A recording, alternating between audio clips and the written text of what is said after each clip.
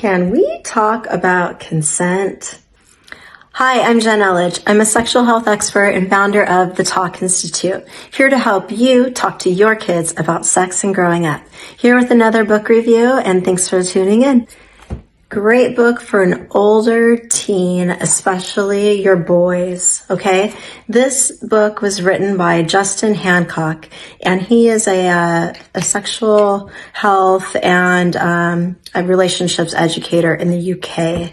And because of this book, I actually looked him up because I liked his tone, I liked his style, I liked how easy it was to listen to him throughout the book. So I wanted you to check this out. Here it is, and here is the table of contents.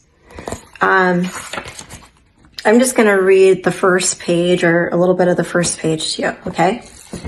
Welcome to this book about consent. I'm Justin. I've been teaching and writing about consent for many, many years in my job as a sex and relationships educator.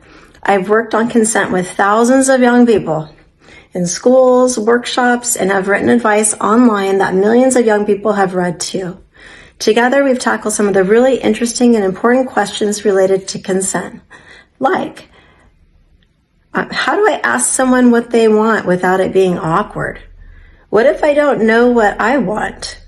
I feel like I have to please other people all the time, do I?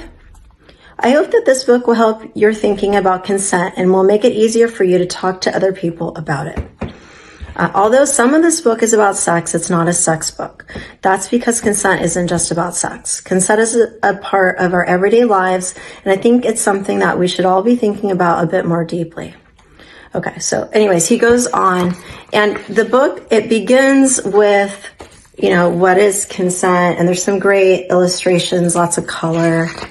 It makes it easier to look at, right? Less boring, okay? He talks about how you consent every day for things like you're consenting to keep reading this book, for example, right? Or you don't. And he kind of jokes throughout it and says, like, if you want to turn the page, right? So, he starts with consent and you, and he says, like, why I'm starting with you. It's because consent is about making choices and having the freedom to make choices. Okay, so he uses an analogy about a pizza, and this is something that I've seen another author kind of do a TED Talk on this, another speaker / author. And this concept of pizza, and sometimes people like different kinds of pizza, and relating it to like what they might like in their own bedrooms, right? Like things that they enjoy or don't enjoy, or want to do or don't want to do.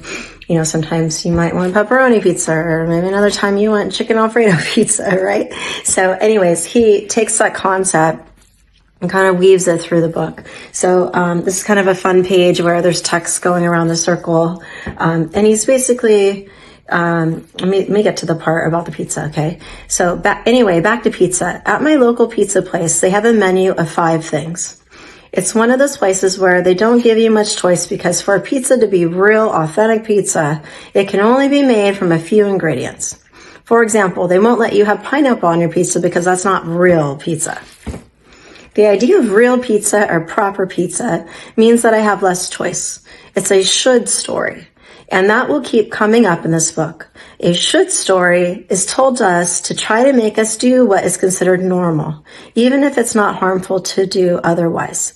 Other examples of should stories are, you must wear matching socks, or you can't eat sweet things before savory, or when you're listening to music or earbuds, you shouldn't lip sing along in public.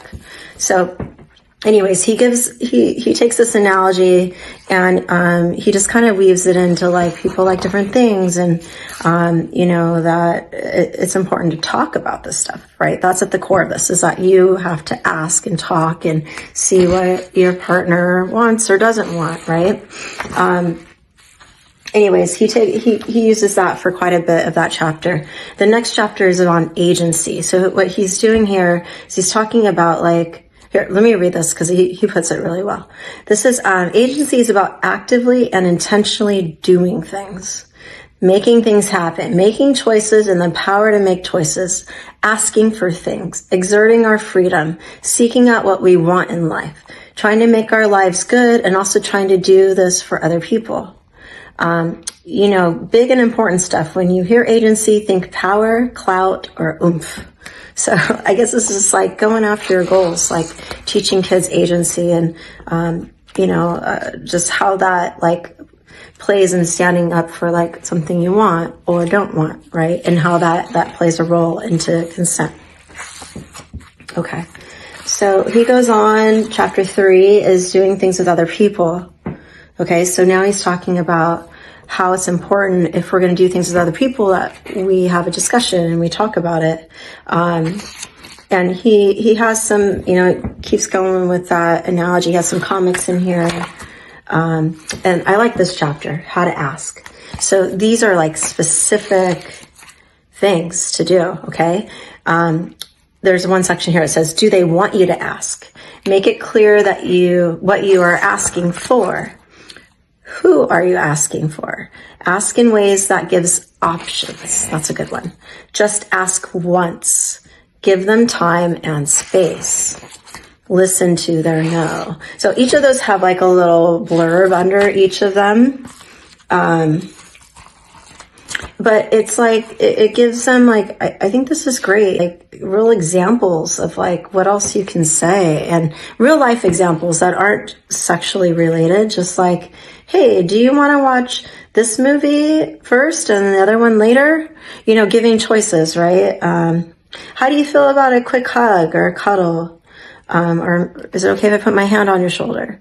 Right? So giving people choices, like, or for even an adult, a way that could be modeled is you could say, when grandma comes over, why don't you decide how you want to say goodbye to her? Do you want to give her a kiss, a hug, or a high five? Right? So these are the like subtle ways that we can model giving choices to our kids so that they can also do that in their relationships, right? Okay. Moving on. Okay, the next chapter is on no.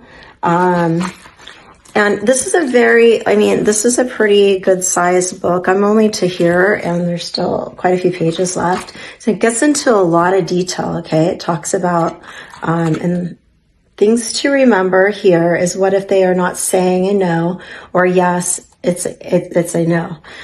So what to do, like the absence of a no is not a yes. So how do you ask for like clarification, right? Like, hey, I notice you kind of pulled away when I went to say goodbye to you. Would you prefer to high five me instead of giving me a hug today?